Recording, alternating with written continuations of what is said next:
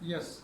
So today this is second lecture of heat and mass transfer, and today we will discuss convection mode of heat transfer. So in yesterday lecture we have discussed about Fourier law of conduction. In conduction, one thing should be very clear that this occurs in stationary medium. जब तक आपका medium stationery है तब तक आपका conduction होता है. जैसे मीडियम आपका मूविंग हो जाता है तो वहाँ पे दूसरा इफेक्ट आना शुरू हो जाएगा. तो आज हम उसी के बारे में आपसे डिस्कस करेंगे. ठीक है. तो आज हमारा जो सेकंड है वो है आपका convection heat transfer mode, convection mode of heat transfer. देखिए इसमें होता क्या है, कन्वेक्शन में होता क्या है. तो हमने बताया था कि कंडक्शन के केस में आपका फ्री इलेक्ट्रॉन और लैटिस वाइब्रेशन आपका मेन रिस्पॉन्सिबल है conduction mode of heat transfer के लिए. इसमें देखिए आप कन्वेक्शन में होता क्या है. तो इसको समझाने के लिए मैंने ऑलरेडी 3-4 डायग्राम बनाया हुआ है, हम इसी को डिस्कस करेंगे. ठीक है. देखिए सबसे पहले आप इस डायग्राम को देखिए. इस डायग्राम को आप देखिए. मान लो कि इसमें कोई हमारा लिक्विड फिल किया हुआ है. हमने इसमें क्या किया, एक लिक्विड फिल किया हुआ है और नीचे से हमने इसको हीट दे दिया. तो टेम्परेचर जो हम दे रहे हैं वो कांस्टेंट है. मतलब जो सोर्स आपका है वो सपोज दैट कि 100 डिग्री सेल्सियस का आपने heat transfer, 100 degree Celsius temperature पे आपने हीट सोर्स को सब लगाया हुआ है. तो ये मान लो कि आपका 100 डिग्री सेल्सियस है. अब होगा क्या, देखिए ये आपका लिक्विड फिलअप किया हुआ है. ये जो मैंने यहाँ पे बनाया है ये मान लेते हैं हम first layer of liquid particles है. First layer of liquid particles है. अब क्या होगा, जैसे ही आप इसको हीट देंगे, जैसे यहाँ पे आप इसको हीट देंगे तो क्या होगा, यहाँ पे आपका लिक्विड जो स्टेशनरी है वो हीट रिसीव करेगा. लिक्विड जब ये हीट रिसीव करेगा तो क्या होगा, ये लिक्विड ने हीट रिसीव किया तो इसके पास ये एटम जो है एनर्जाइज हो जाएगा. मतलब इसके पास कुछ एनर्जी आ जाएगी. जब इसके पास एनर्जी आ जाएगी तो क्या करेगा, जब हीट आप दे रहे हो तो यहाँ पे क्या होगा, इसका टेम्परेचर बढ़ेगा. टेम्परेचर बढ़ने से इसकी क्या होती है, लिक्विड की डेंसिटी कम हो जाएगी. अब जब लिक्विड की डेंसिटी कम हो जाएगी तो क्या होगा, लिक्विड ऊपर की तरफ मूव करना स्टार्ट करेगा. लिक्विड ऊपर की तरफ मूव करना स्टार्ट करेगा. जब ये लिक्विड ऊपर की तरफ मूव करेगा तो यहाँ पे एक आपको क्या होगा, स्पेस बन जाएगा, खाली बन जाएगा यहाँ पे. तो अब क्या होगा, ऊपर से कोई हैवी डेंसिटी का पार्टिकल नीचे आएगा. ऊपर से कोई हैवी डेंसिटी का पार्टिकल नीचे आएगा और वो क्या करेगा, अब उसको हीट मिलेगी. कुछ टाइम के बाद वो ऊपर जाएगा, दूसरा नीचे आ जाएगा. इस तरीके से क्या होगा, थोड़ी देर के बाद, कुछ टाइम के बाद आपके पास क्या होगा, यहाँ पे एक मोशन ऑफ पार्टिकल्स स्टार्ट हो जाएगी. मोशन ऑफ पार्टिकल स्टार्ट हो जाएगी जिसको हम बोलते हैं कन्वेक्शन हीट ट्रांसफर, जिसको हम बोलते हैं बल्क मोशन ऑफ फ्लूइड. ठीक है. तो बल्क मोशन ऑफ फ्लूइड जैसे ही आपकी स्टार्ट हुई, जब तक आपका लिक्विड स्टेशनरी था, जब तक ये पार्टिकल यहाँ पे था, यहाँ से अपनी पोजीशन को छोड़ के ऊपर तक नहीं गया, तब तक इस लिक्विड में क्या होगा, कंडक्शन होगा. जैसे ये लिक्विड पार्टिकल अपनी पोजीशन छोड़ के ऊपर की तरफ गया, ऐसे क्या होगा, यहाँ पे आपका कन्वेक्शन स्टार्ट हो जाएगा. धीरे धीरे क्या होगा, सब एटम्स एनर्जाइज हो जाएंगे और एकदम से यहाँ पे क्या होगा, मोशन बहुत तेजी से स्टार्ट हो जाएगी, जिसको हम बोलते हैं bulk motion of fluid. Is it clear. तो ये था आपका बल्क मोशन ऑफ फ्लूइड और कन्वेक्शन इफेक्ट. तो मैंने यहाँ पे लिखा है कंडक्शन. तो किसी भी कन्वेक्शन इफेक्ट में सबसे पहले कंडक्शन होगा, उसके बाद क्या होगा, बल्क मोशन ऑफ फ्लूइड. मतलब जब तक लिक्विड आपका स्टेशनरी है तब तक आपका कंडक्शन होगा. उसके बाद जैसे वो bulk motion of fluid start हो जाएगी तो इसका मतलब आपका कन्वेक्शन स्टार्ट हो गया. ध्यान रखना है कि कन्वेक्शन जो हो रहा है मेन किसकी वजह से हो रहा है, वो डेंसिटी डिफरेंस क्रिएट होने की वजह से. जैसे आपका लिक्विड पार्टिकल नीचे से ऊपर की तरफ जाएगा, ऐसे ही आपका क्या होगा, कन्वेक्शन स्टार्ट हो जाएगा. Is it clear. चलिए एक डायग्राम हमने यहाँ पे इसके बारे में डिस्कस कर लिया. अब देखिए सेकंड भी ऐसे ही है. मान लो कि हमारे पास क्या है, ये 40 डिग्री सेल्सियस का एक सोर्स है. 40 डिग्री सेल्सियस का एक सोर्स है और ये स्टिल एयर में. स्टिल एयर का मतलब क्या है, एयर जो है वो मूव नहीं कर रही है at macroscopic level. Microscopic level पे, क्योंकि वहाँ पे वाइब्रेशन भी होगा, आपका जो है इंटरनल एनर्जी उसके पास कुछ ना कुछ होगी. तो माइक्रोस्कोपिक लेवल पे वहाँ कुछ ना कुछ इफेक्ट होगा एनर्जी का. लेकिन मैक्रोस्कोपिक लेवल पे वहाँ पे उसका बल्क जो है, पूरा जो एवरेज है वो हमको स्टिल दिखाई दे रहा है. तो वो एक दूसरे को कंपनसेट कर दे रहा है माइक्रोस्कोपिक लेवल पे.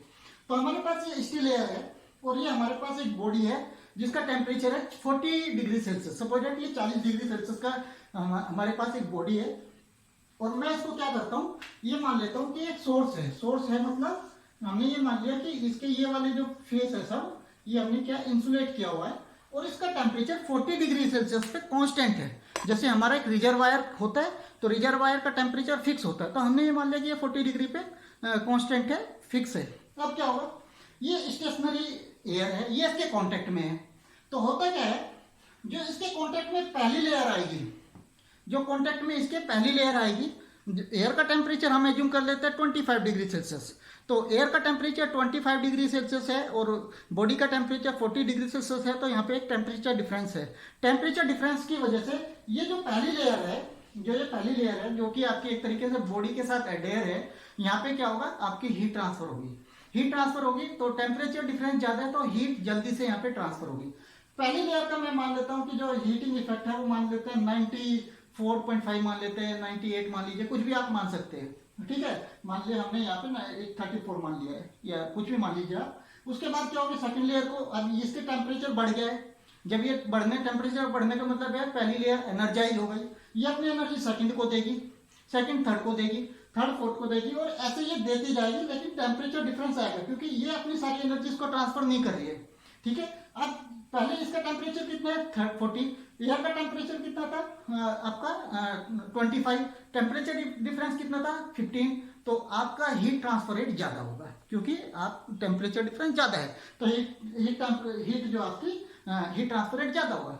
जैसे अगर सेकंड लेयर की बात करेंगे तो इसका टेम्परेचर कुछ कम हो जाएगा, तो अब क्या होगा, टेम्परेचर डिफरेंस कम हो गया, टेम्परेचर डिफरेंस कम होने की वजह से हीट ट्रांसफर रेट धीरे धीरे क्या होगा, यहाँ पे कम हो जाएगा। इससे अगली लेयर में जाएंगे तो इसमें और कम होगा, इससे अगली लेयर में जाएंगे तो और कम आएगा, और एक टाइम पे ऐसी लेयर आएगी जिसका टेम्परेचर बिल्कुल सराउंडिंग के टेम्परेचर के इक्वल होगा, उसके बाद आपको टेम्परेचर का इफेक्ट नहीं दिखाई देगा। तो आप ऐसा समझ लीजिए जैसे कि आपके पास कोई भी मान लीजिए आपके पास गर्म सब्सटेंस है और आप उसके ऊपर हाथ रख के देखते हैं, तो आप जब उसके ऊपर हाथ रख के देखेंगे, मान लो मैं इसको ही ले लेता हूं, तो जब आप इसके ऊपर मान लो कि इसके ऊपर गर्म हवा ब्लो कर रही है, एयर है या लिक्विड है वो ब्लो कर रहा है इसके ऊपर, आप जब इसके ऊपर हाथ रख के देखोगे तो आपको ऐसा लगेगा ये गर्म है, इसका टेम्परेचर मान लेते हैं 100 डिग्री है, तो यहाँ पे आप देखेंगे तो आपको लगेगा कि जो इसके कांटेक्ट में जितनी भी एयर है उसका टेम्परेचर वो ज्यादा होगा। धीरे धीरे जब ऊपर जाएंगे आप तो यहाँ पे आपको क्या लगेगा कि टेम्परेचर कुछ कम हो गया है, यहाँ पे जाएंगे तो आपको थोड़ा और कम फील होगा, उसके ऊपर यहाँ पे जाएंगे और कम फील होगा, इसके ऊपर यहाँ पे जाएंगे तो और कम फील होगा, और यहाँ पे आने के बाद आपको ऐसा लगेगा कि आपको समझ में नहीं आएगा कि ये गर्म है या नहीं है, तो आपको धीरे धीरे यहाँ से यहाँ तक जाते हुए आपको क्या है, टेम्परेचर डिफरेंस नजर आएगा। और क्योंकि टेम्परेचर यहाँ पे कितना है 100 डिग्री इसका मान लेते हैं और फ्लूइड का मान लेते हैं 25, तो टेम्परेचर डिफरेंस यहाँ पे ज्यादा है, तो सबसे ज्यादा हीट यहीं से ट्रांसफर होगी, और धीरे धीरे क्या होगा, हीट ट्रांसफर रेट आपका डिक्रीज होता जाएगा क्योंकि टेम्परेचर डिफरेंस आपका कम होता है। This is the phenomena which is known as convection. Third एक और देखते हैं हम, ये आपके पास एक कप, चाय का एक कप है, ठीक है, और इसका टेम्परेचर हम मान लेते हैं ये कि 60 डिग्री है, इसका टेम्परेचर हम मान लेते हैं कि 60 डिग्री है, ठीक है, 60 डिग्री टेम्परेचर है, और एयर का टेम्परेचर मान लेते हैं कि 25 डिग्री सेल्सियस है।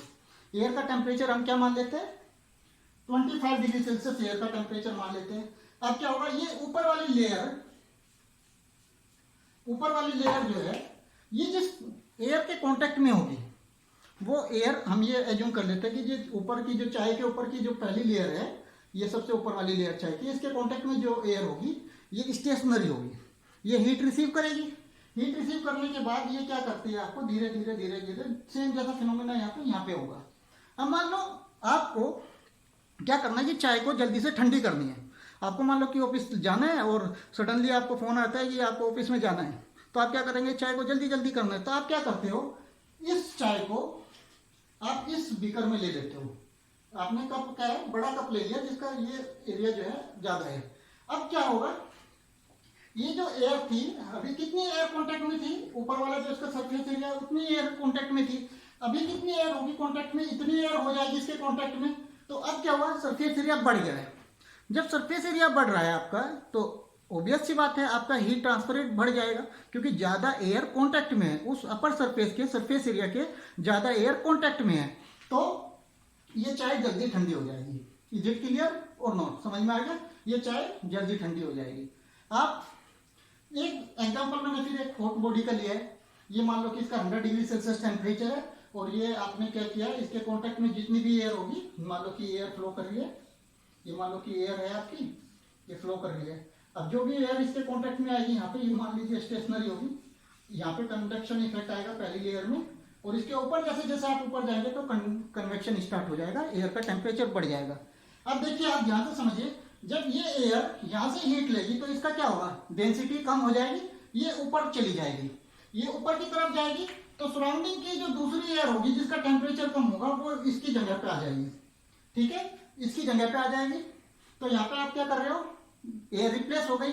पहले जो गर्म हवा थी वो ऊपर की तरफ चली गई डेंसिटी कम होने की वजह से, और जो नई जो ठंडी एयर थी सराउंडिंग की वो आपकी यहाँ पे आ गई। इस तरीके से एक बल्क मोशन आपका स्टार्ट हो जाएगा और बॉडी आपकी ठंडी हो जाएगी। अब मान लो हमने यहाँ तक बात की है कि भाई आपकी एयर का टेम्परेचर कैसे कम हो रहा है, कैसे कैसे यहाँ पे टेम्परेचर डेंसिटी डिफरेंस की वजह से आपकी हीट ट्रांसफर हो रही है, ये सब हमने बात कर ली। अब हमने देखा है कि डेंसिटी डिफरेंस की वजह से एयर ऊपर जा रही है, तो हमारे यहाँ इसको बड़े अच्छे से यूज किया है लोगों ने।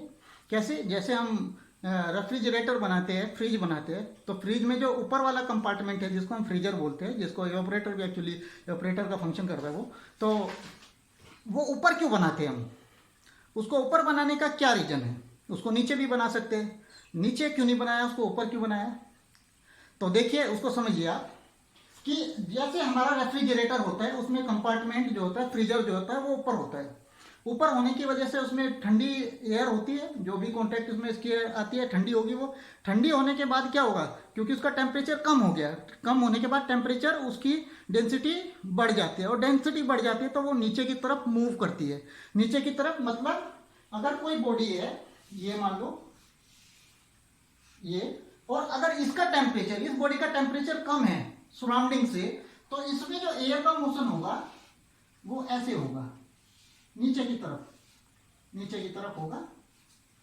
और यहाँ मान लो आपकी अगर कोई भी जिस चीज को आपको ठंडा करना है वो आपने यहाँ पे रखी हुई है, तो ये इसके कांटेक्ट में ये एयर आएगी, यहाँ से ये हीट रिसीव करेगी और उसको फिर कंप्रेसर को मोशन जनरेट करेगी, वो अलग फंक्शन है। तो हम यहाँ पे इतना ही बताना चाह रहे थे आपको कि जो एयर रेफ्रिजरेटर का जो फ्रीजर है वो ऊपर की साइड क्यों लगाते हैं, तो हमने ऊपर इसलिए लगाया क्योंकि जब रेफ्रिजरेटर में जो रेफ्रिजरेटर के कांटेक्ट में जो एयर आती है उसकी टेम्परेचर कम हो जाता है, टेम्परेचर कम होने की वजह से उसका डेंसिटी बढ़ जाती है, डेंसिटी की वजह से वो नीचे की तरफ मूव करती है। इसका मतलब क्या है, जो ठंडी आपकी जितनी भी उसकी वो होती है वो नीचे की तरफ मूव करती है, नीचे की तरफ मूव करने की वजह से हम उसको ऊपर बनाते ताकि वो नीचे मूव करे। अगर वो हमने नीचे बना दी तो क्या होगा, उसकी डेंसिटी ज़्यादा है, वो नीचे की नीचे रहेगी, ऊपर तक नहीं जा पाएगी।